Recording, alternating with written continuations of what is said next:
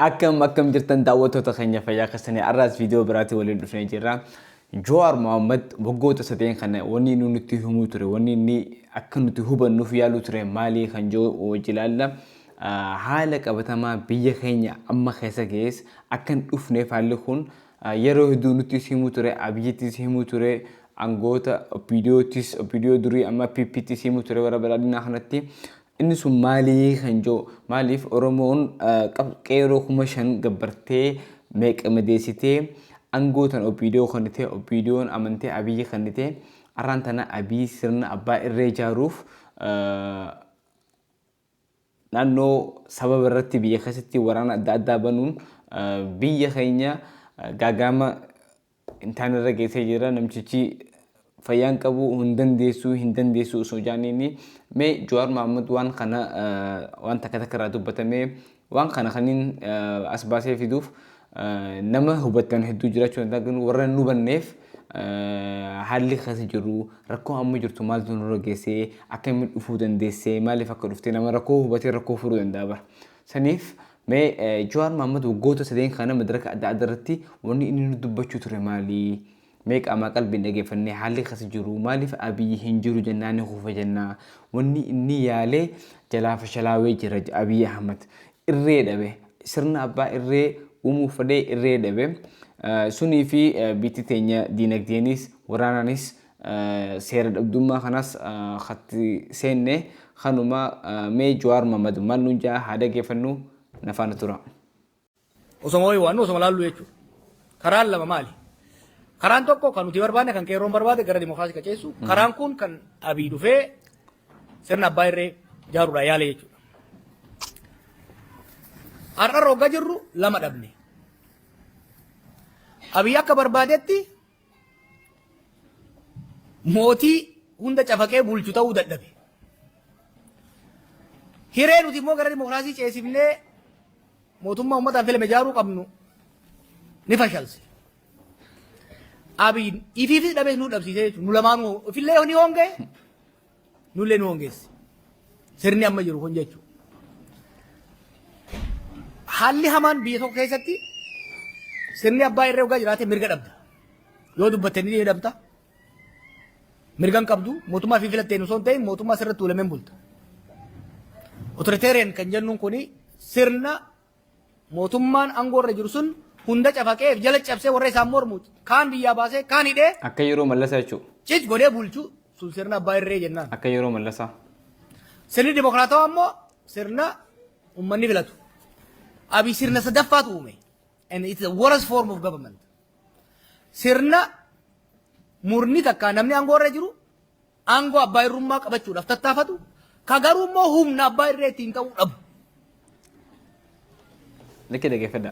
Mootummaan Itoophiyaa yeroo dheeraadhaaf sirna abbaa irreetiin bulaa turte. Har'a garuu irree dhabde. Hawwii irree malee irree dhabe jechuudha. Kana keessatti anokrasii jennaan haalli amma jiru kun. Anokrasii is probably the worst form of status. Only short of anarchy haalli amma jiru kun. Warri biyya dheetaa yoo agartan amma Finfinnee kaatanii roobee akka Finfinnee keessatti keellaa meeqaan tam kan milishaan bakkuma fedhan nama dhiitu jira. Hoggaa karaa guddaa irraa baate humni waraana hidhate kan nama saamu kan nama dhiitu jira. Anarkii jira jechuudha. Ideally uummanni tokko barbaadu sirna dimookiraatawaa bilisummaan namootaa fi kan uummatootaa itti kabajamu. Yoo san hanqate yoo ka san hanqatu taate yoo xiqqaate bahee nagayaan bahee galuu yoo ka danda'u. Har'a uummanni biyya sanii nagayaan bahee galuu hin dandeenye jechuudha. So maal goona? Duullee amma godhaa jirru tokko haala irra jirru kan wal hubachiisudha. Haalli irra jirru ka mootummaan sirna abbaa irreetis ta'uu dadhabe.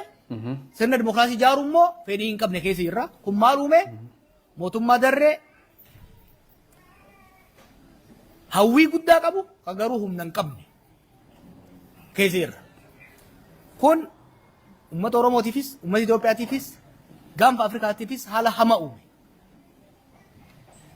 Itoophiyaan dur sirna cunqursaa ta'uun beekamti gaafii hin qabu. Garuu biyya hamma danda'ametti tasgabbii Nagaa jechuun hin barbaadu. Nagayni akka Oromootti hiikaa guddaa waan qabuuf amma fedhe tasgabbii qabdu turte. Biyya bira dabartee biyyoota biraatitti tasgabbii uumuudhaaf sochootu turte. Har'a immoo biyya jeequmsa ollatti ergitutti ilaalamti jechuudha. Kun immoo maqaa keenyaan raawwatamaa jira. Maqaa Oromooti. Maqaa keenyaan raawwatama. Maaliif? Amma namni hedduun maal jedha? Haile Sillaaseenis dhiigaan Oromoo, Abalus Oromoo. Kamma waa'ee dhiigatii miti. Nuutu baadhatee irra haaye. Kanaaf uummanni Oromoo tokko gam lamaan miidhamaa jira. Sirna kanaan cafaqamaa jira, ajjeefamaa jira, saamamaa jira. Maqaa isaatiin immoo sabab sablammiin fi biyyoonni ollaas miidhaa keessa jiran jechuudha. Oromoon mari'atee badii irratti raawwatuu fi maqaa kiyyaan warra biraa irratti raawwatamus dhaabsisuudhaaf. Roorroo itti fuufte ofirraa dhaabsisuu qofa osoo hin ta'in gara misoomaaf tasgabbiitti ce'uudhaaf maal godhuu qabna kan jedhu akka bareenuun barbaada. Yaada takkaa lama kaa'uun barbaada. Erga sirna abbaa irreetirraa gara dimokiraasii ce'uun dhabamee anokrasii keessa takkaa'uu sirna sidhablootaa sirna wambadeeti amma kan jiru. Dhugaa warra. Sirna seera hin qabne. Sirna humnaas hin qabne, seeraanis hin bulle, humnas hin qabne. Dimokiraasiin sirna seeraan bulu. Abbaan irree humna irreen bulu. Sirni amma jiru seeras hin qabu, humnas hin qabu. Kana keessaa akkamitti baana? Daawwattoota keenya akkuma dhageessanitti Jawaar Mohaammed Abiyyi qabsoo qeerrootiin aangorra ba'e. Eega qabsoo qeerrootiin aangorra ba'e booda waan qeerroon qabsoofteef sababa qeerroon qabsoofteef sun dhiiseeti sirna abbaa irree ijaaruu yaale jechuudha. Qeerroon sirna haqaa biyya ifirratti abbaa taatee akkasumas naannoo biraa wajjin haqaan sirna haqaa ijaaranii biyya sun keessatti waliin jiraachuuf waliin guddachuuf suniif qabsaa jechuudha qeerroon. Waan sun dhiisee sirna dimokiraasii uumuuf jechuudha. Waan sun dhiisee Abiyyi sirna mataa isaa abbaa irree akka mallasaafaa ijaaruu yaale jechuudha. San dadhabee jechuudha. Sanumaa fi naannoo Amaarattis, naannoo Tigraayittis, naannoo Oromiyaattis lolli amma deemu jiru kana jechuudha. Waanuma biraatii miti jechuudha. Kanumaaf Jawaar Mohaammed maal jaasoo kana keessatti waan kana hubachuu qabna. Amma duraas ta'e hin danda'amu. Wanni kun yeroo ammaa kanatti hin danda'amu. Abiyyi humna hin qabdu osoo jiraniin Abiyyi isin hin dhagoo jeeni namchi fayyaan qabu biyya teenya waan amma keessa jiru kana nu geesse jechuudha. Amma sirna wambadee ijaara jechuudha. Sirna guyyaa adii ilmi namaa harka irraa muramu, gurra irraa muramu. Milishaan guyya guyyatti ilmaan Oromoo rashanu jechuudha. Ilmaan Oromoo kan dhumanii fi kan manni irra gubatee fi kan buqqee jettu osoo jirutti uummanni biroo maal jaa mootummaa Oromootu waraana kan nurra banee jee yeroo takkaasoo ture bira. Baala gizee ምናምን jaanii. Sanbootami የነሱ sirba sun kabaaseef sirba baala gizee.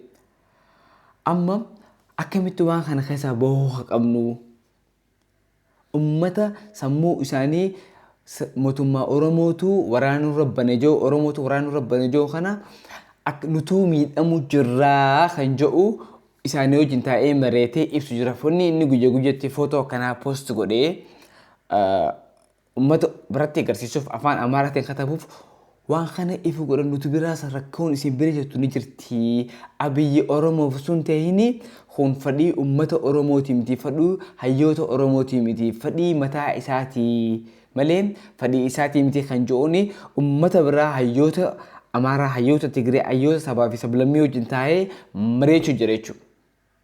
Jawaar Mohaammed.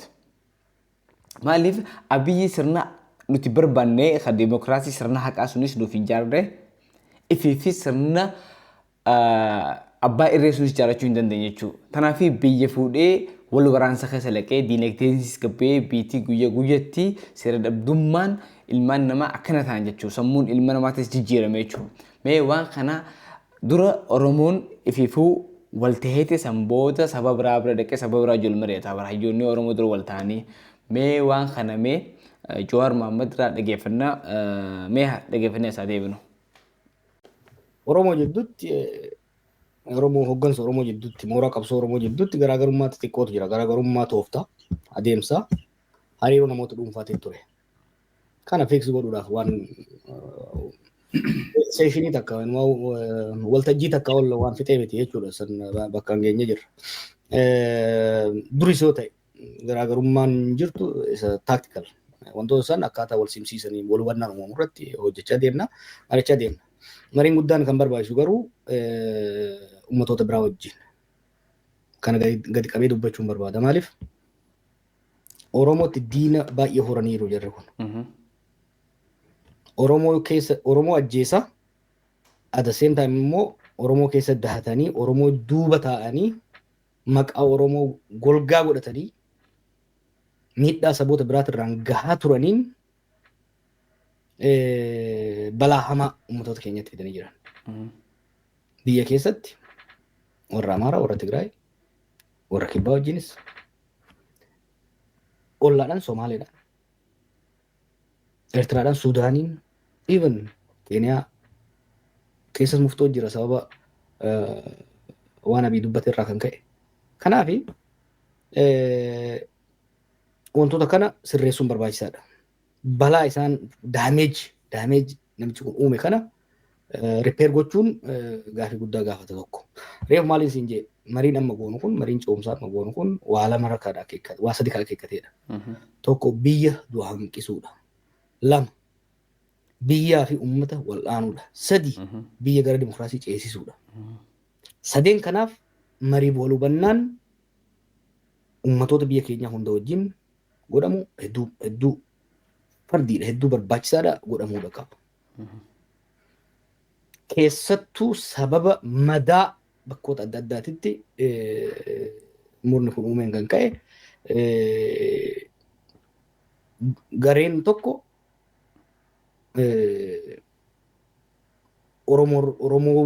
Oromoon nu waraane yaada jiru qabatu hedduu irratti dalage mootummaan. Kun sirrii akka hin taane irratti hojjetaa turre ittis milkoofneerra. Baatiilee dabran kana keessatti yaanni Oromummaa mangistii jedhu sun cabaa dhufee jira jechuudha. Sirni kun sirna mootii qorkee nama qeenxee tokko malee kan Oromoo humna saba kaan caala uummata kana miidhaa ture akka ta'e kuni mootummaa diina Oromoo ta'e malee mootummaa faayidaa Oromoo tarkaanfachiisu akka hin taane hubachiisuudhaan ilaalchi dogongoraa uummatoota keessatti uumamaa ture sun akka cabu godhamee jira jechuudha. Ummatoonni akka keessatti cunqurfamaa turan kan uummata kanarraa hoggansa saba kanaatirraa abdii qabaachaa turan gara abdii kutannaatti akka deeman reef kaaseera. Laafinni hanni Abiibar uummata Amaaraatiif uummata Tigree lola itti bane uummata Kibbaa hattuu guureetti irratti shuume aanaa fi zoonii irratti. Oromootu nurratti shuumee yaada jedhu deebi'ee godhee jechuudha. Lakkii hattuu Oromootitu hattuu keessatti irratti shuume waslaattaa Oromootitu waslaattaa irratti shuume malee hayyuu Oromooti miti hoggansa Oromooti miti kan jedhu san hubachiisuun barbaachisaadha jechuudha. Tokko kana maaliif kana yoo hubachiisin boru gaa jijjiiramni dhufe balaa hamatti deemamuu danda'a. Ammuma hubachuu barbaachisa. Biyya balaa kanarraa hambisuudhaaf tokko kana. Lammaffaa madaa kaleessas har'as uummatoota jidduutti murnoota jidduutti uumaman kana biyya wal'aanuudhaaf caba uummata irra ga'e kana caba biyya irra ga'e kana gama diinagdeetiin gara hawaasummaatiin gama siyaasaatiin ga'e kana deebinanii wal'aanuudhaaf mariin saboota biraa wajjin barbaachisaadha. Biyyoota ollaa wajjinis barbaachisaadha. Kanaaf kan hojii kana hojjetaa jirru. Inumaa'uu nu keessa caalaa marii warra kaan wajjin godhuudha. Waliin immoo kan mari'annuuf waltajjii biraarratti warra biraarratti ugaa dhiyaannu ejjennoo tokkoon sagalee wal fakkaataadhaan dhiyaachuuf waan barbaachisuuf dursinee mana keessatti hojjennee jirra. Akka namni inni jedhu kanaa miti hojjetaa turre kaleessa shabee malee garee adda addaatiin waggoota dabre kanaaf hojii baay'eetu hojjetamaa ture. Ta'ootota keenya akkuma dhageessanitti afaan Oromootiin dubbateera deebiisiniif inni garuu Jawaar Mohaammed wanni inni godhuu ture waggoota sadeen kana fi ammaas wanni inni godhu jiru haalli biyya keenyaa akkaataa itti bade namtichi Abiy Jaanii kun akkaataa itti balleessee uummata keenya bira kutee saba biraatiifis dubbii tana hubatee xiintalee gabba'ee uummata biraatiifis himu jira jechuun nutiifis himu jira. Maal jedhee haalli rakkoon isin bira qofaa miti namtichi kun isin qofa irratti waraana hin banne nuti irrattis bannee jira miidhaa fi rakkoon isin kas jirtu nu biraas ni jirti akkamitti bakka takka teenyee hundi keenya namcha kana firaa gaggeessina hegeree keenya ka fuulduraatis akkamitti tolfannaa kan joora dalagu jira jechuudha. Ta'ee mareechuu jiran jechuudha. Faarsii bultoonni osoo waan kana hin hubatini maqaa ummata keenya burjaajessu jiran jechuudha. Waan Jawaar Mohaammed rakkoo haasawaa Jawaar Mohaammed akkanaa ummata walii wajjin ummata bar namtichi Abiy Juun bar waan ummata Oromoo irra dalage naannoo Tigraay keessa nama miliyoona takkaa dhume naannoo Amaaraa keessa guyyaa adii harka namarraa murama gurraan namarraa murama. Waan kun waan laafamti maqaa xurii kana fuudhee ummata keenyarra haawfadha. Jawaar Mohaammed kun fadhii ummata Oromooti miti fadhii hayyoota Oromooti miti namtichi kun ummata Oromootiif sun ta'ini ifiif mootummaa abbaa irree sirna abbaa irree ijaaruu barbaada suniif isinirrattis waraana banee nurrattis waraana banee kanaaf nutis dura dhaabbachuu jirra garuu wajji teenyee dura Oromoota wajjin taa'ee eega mareetamoota duraan akkaataa isaan adeemnu akkamitti adeemnu irratti wallaban sun Jawaar Mohaammed halkan takka furree jee guyyaa takkatti marii guyyaa takkaatiin samboota sababa biraa bira dhaqanii afaan takkaan jechuu hundi isaanii jalmarroos qabee hundi isaanii hayyoonni Oromoo hundi hayyoota sabaa fi sablammii biraa wajjin ta'aniiti xiqqaas guddaas tuffatanii akkamitti namticha kana irraa gaggeessinaa hegeree keenya kan fuulduraattis tolfannee ummata keenya miidhaa keessan jiru keessaa baasnee wallaansaa sirna haqaa kan dhaabnaa ummata waa balleesses seera dhiyeessinaa haatees ka ummata keenya guyyaa guyyaa rashanu kana dalagu jira jechuudha Jawaar Mohaammed. Ummanni annamaan an kabaju ummata gurguddaan nuti kabaju hunda gabbaatti Jawaar Mohaammed qeequu fedha jechuudha yeroo ammaa kanatti. Jawaar Mohaammed hayyuu Oromoon jaarraa kana keessa qabdu hayyuu guddaa yoo jiraate Jawaar Mohaammed. Nama akka guyyaa guyyaa gabbee rakkoo Oromoo ummata biraatiif himtu akka ummanni mootummaa Oromootii waan kana nu godhe akka hin jenneef namtichi kun bar qabsoo qeerootiin as dhufe qabsoo ummata Oromootii fir qabsoo ummanni Oromoo waggaa 50 irra qabsaa'ee singee fuudhanii obbiidiyoon itti kannane obbiidiyoon amane Abiy kan Abiy fuudhee akkana godhe ummata keenya balaa hamaa kana keessa maqaa xurii kana irra kaayachuu akka Oromoo biyya bulchuu hin dandeenye nu jaanitti waan kana sirreessu jira jechuudha. Amma jallaa keenya kana namtichi kun jallaa keenya malee hayyoo Oromootii miti qabsaa Oromootii miti fadhii ummata Oromootii kan jiru kana nutis anis kanumaan gabbee ummata keenyaaf ibsuu yaale mee yoo takkasan yoo jiraate koomentii jedhan akaayoo yaada qabaatan anis kanumaa yaaduu fedhee waan faana tuttanis galatoomaa yeroo gaarii na dabarsaa.